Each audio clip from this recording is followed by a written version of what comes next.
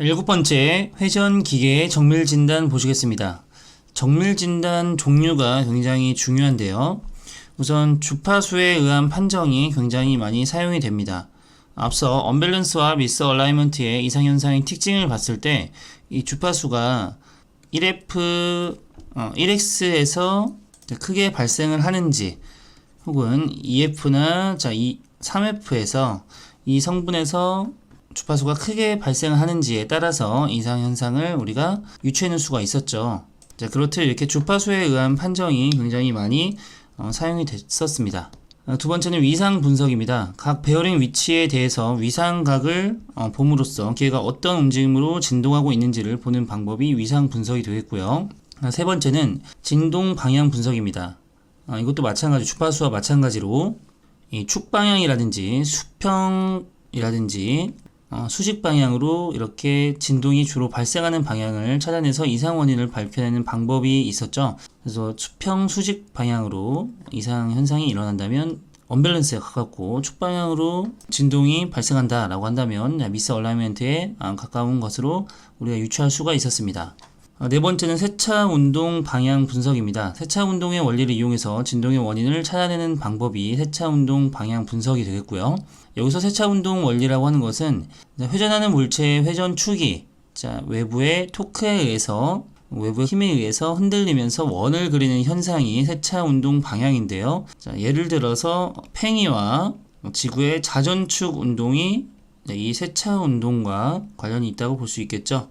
이렇게 세차 운동 방향으로도 분석을 할 수가 있고요. 진동 형태 분석으로도 할 수가 있습니다.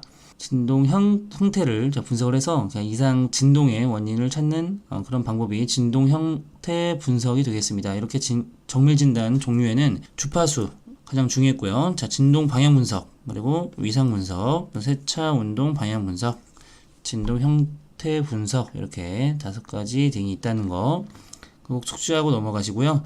오른쪽 핵심 키 부분을 보시면 위상 분석의 예가 있습니다.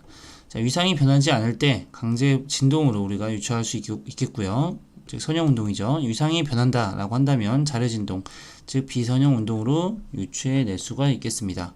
두 번째는 공진입니다. 앞서 공진과 관련된 내용 우리가 학습을 했었는데요. 고유 진동수와 강제 진동수가 일치할 경우에 진폭이 크게 발생하는 현상이 공진이었습니다. 따라서 우리는 이 공진 상태, 즉 공진 현상을 피하는 방법이 중요했었죠. 그래서 공진 상태를 제거하는 방법이 나와 있습니다. 우발력의 주파수를 기계 고유 진동수와 다르게 해주면 되겠죠. 구조물의 강성을 작게 하고 질량을 크게 한다 라고 나와 있습니다. 앞서 배웠듯이 고유 진동수는 2파이분의 1 루트 질량분의 강성이었습니다. 따라서 고유 진동수는 질량과 반비례 관계에 있고 강성과는 비례 관계에 있기 때문에 이 강성을 작게 하고 질량을 크게 해야지만 이 고유 진동수가 작아집니다. 고유 진동수를 낮게 해야지만 우리가 고유 진동수와 강제 진동수를 다르게 일치하지 않도록 우리가 할 수 있겠죠. 이 부분은 앞선 단원에서도 설명을 드린 부분이므로 바로 넘어가도록 하겠습니다. 세 번째로는 우발력을 없앤다. 이게 실제로는 밸런싱과 센터링으로는 충분하지 않은 경우가 고유 진동수와 우발력의 주파수는 같지 않도록 되도록 멀리 할 수 있도록 해주면 되겠습니다. 세 번째는 회전기계 이상 진동 파형 분석입니다. 이렇게 주파수 1F 성분에서 회전 주파수가 크게 발생하는 것, 이런 것들은 우리가 언밸런스로 우리가 유추해 낼 수가 있겠고요. 이런 것들은 주파수도 보고 다른 것들도 봐서 종합적으로 우리가 유추해 내면 되겠습니다.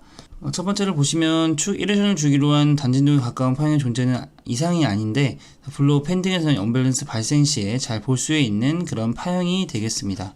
이러한 파형은 축 1회전을 주기로 한 파형 중 작은 요청 모형을 볼 수 있는 파형으로 언밸런스, 미스 얼라이먼트, 크게 열화된 베어링 이상 등으로 볼 수가 있겠죠.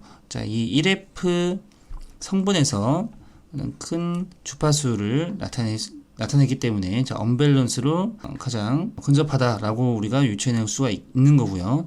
다음은 터빈의 임펠러 등의 주파수 EF가 회전 주파수와 합성된 파형, 축의 편심 등에서 볼 수 있는 파형은 이런 식으로 이런 형태로 보여지게 되고요.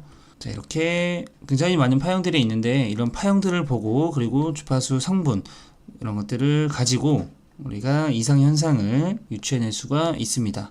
참고 부분에 보시면 진동 방향의 분석에도 나와 있는데 자, 이렇게 언밸런스, 풀림 위스 얼라이먼트에 대한 내용들 있었습니다.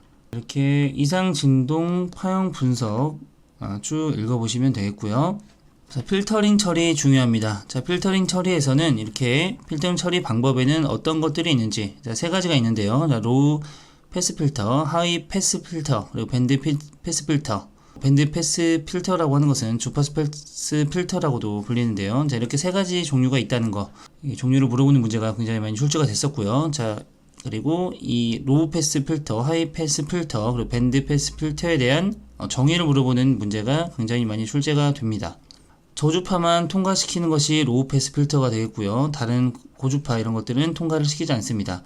고주파만 통과시키는 것은 하이 패스 필터가 되겠고요. 저주파는 통과시키지 않습니다. 특정 주파수 대역만 통과시키는 것이 밴드 패스 필터, 즉 주파수 패스 필터가 되겠습니다.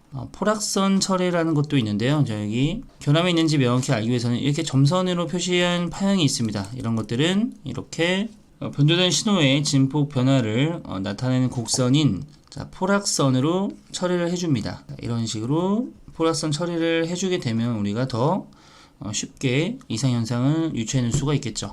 바로 개연잡기 문제 풀어보도록 하겠습니다. 동진 현상을 피하기 위해서 고유 진동수를 낮추고자 할 때 올바른 방법은 고유 진동수를 우선 구하는 공식 이렇게 써놓고요.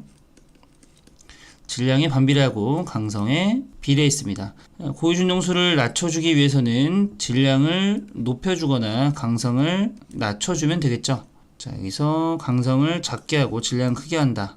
답은 1번이 되겠네요. 자, 이런 문제 굉장히 잘 나오는 문제입니다. 꼭 나오는 문제라고 말씀드릴 수도 있습니다.